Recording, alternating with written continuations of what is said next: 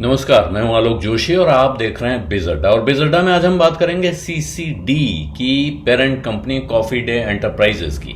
CCD यानी cafe coffee day, जिसका लोगो है a lot can happen over coffee, बल्कि मोटो है। लोगो तो उनका सीसीडी लिखा हुआ है, लेकिन उसके नीचे जो कैश लाइन जिसको बोलते हैं, टैगलाइन बोलते हैं, वो है a lot can happen over coffee. हालांकि सीसीडी की कहानी बहुत दुखदाई है, दर्द भरी है, लेकिन आज सीसीडी के शेयर या कॉफी डे एंटरप्राइजेस के शेयर 20% का अपर सर्किट मारा उन्होंने बुधवार के दिन, क्योंकि खबर ये आई है कि कॉफी डे एंटरप्राइजेस, जो उनकी पेरेंट कंपनी है कॉफी डे ग्लोबल, और इंडसइंड बैंक के बीच में समझौता हो गया है। और इनके बीच में जो मुकदमेबाजी चल रही थी, इंडसइंड बैंक ने उसकी इंसॉल्वेंसी की अर्जी डाली हुई थी, वो अर्जी उन्होंने वापस ले ली है। कॉफी डे ग्लोबल ने और इंडसइंड बैंक ने national company law appellate tribunal की चेन्नई शाखा को यह सूचना दी है कि उनके बीच में समझौता हो गया है और दोनों पार्टियों ने इंसॉल्वेंसी के मुकदमे की जो अर्जी है उसको वापस ले ली है। एनसीएलएटी या एनक्लैट ने इस अर्जी को रिकॉर्ड पर लिया और उसके साथ जो उनको जो ऑर्डर दिया था उसको उन्होंने किनारे रख दिया है। ये खबर आई है। कॉफी डे एंटरप्राइजेस का शेयर सुबह खुला 42.38 पे, जबकि ये 42.80 पर बंद हुआ था और वहां से ये उछला 20% और 51.36 पर पहुंच गया। पूरे 20% का उछाल। पिछले एक साल में ये शेयर लगभग 25% गिर चुका है। हालांकि पिछले 6 महीनों में उसने कुछ उछाल दिखाया है और पिछले 6 महीनों में लगभग 48% का उछाल इसके शेयरों में दिखा है, जबकि इसी बीच सेंसेक्स ने सिर्फ 16% का उछाल दिखाया है। तो ये और खबरें क्या हैं? सीसीडी में भारी तकलीफ थी और तकलीफ की इंतहा यूं समझिए कि जो इसके प्रमोटर थे वो आत्महत्या कर चुके हैं। उनकी पत्नी ने उसके बाद से इस कंपनी को संभाला हुआ है और कोशिश कर रही हैं कि वो इसको पटरी पे ले आएं, अपने कर्जे चुका दें।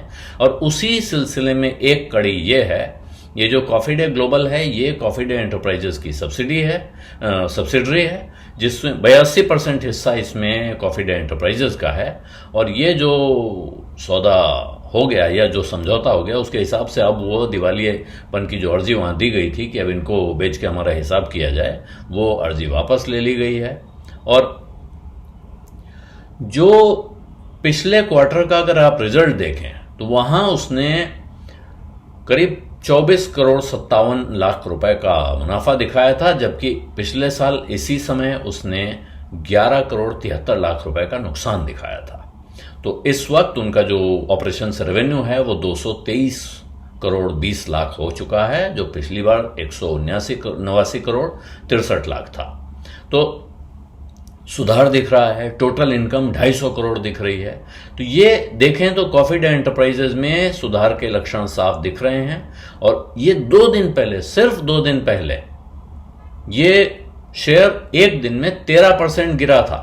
और उसकी वजह क्या थी? उस वक्त उनकी कंपनी कैफे कॉफी डे ने एक इंफॉर्मेशन दिया था कि आईडीबीआई ट्रस्टीशिप सर्विसेज ने एक डिफॉल्ट एप्लीकेशन डाली है एनसीएलटी में कॉफी डे एंटरप्राइजेस के खिलाफ। तो कॉफी डे एंटरप्राइजेस ने यह डिस्क्लोज किया था, जिसकी वजह से यह शेयर 13% गिरा था। और उसके सामने अब यहां 20% का उछाल दिख रहा है। हो सकता है कि कंपनी अपनी सारी मुसीबतों को पीछे छोड़ने में कामयाब हो जाए और बाजार इसीलिए इस पे भरोसा दिखा रहा है।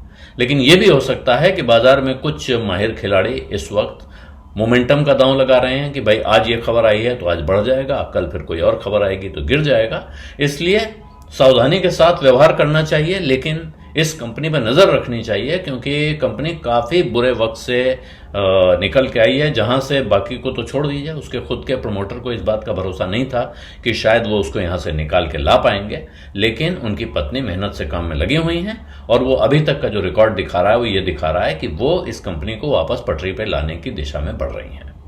बिज अड्डा में आज इतना ही है। इजाजत दीजिए। धन्यवाद। नमस्कार। बिस्तक आपके लिए लाया है प्रीमियम मेंबरशिप प्रोग्राम, जहां आपको मिलेंगे कई सारे फायदे, जिनमें मार्केट न्यूज़लेटर, लाइव चैट पर आपके सवालों के सबसे पहले जवाब, मार्केट आउटलुक, वीकेंड पर मार्केट स्कैन, एंकर्स के साथ चैट और भी बहुत कुछ। इस प्रीमियम सब्सक्रिप्शन में 3 तरह के प्लान्स हैं, सिल्वर, गोल्ड और प्लैटिनम, जिनकी शुरुआत मात्र 159 रुपए महीने से होती है।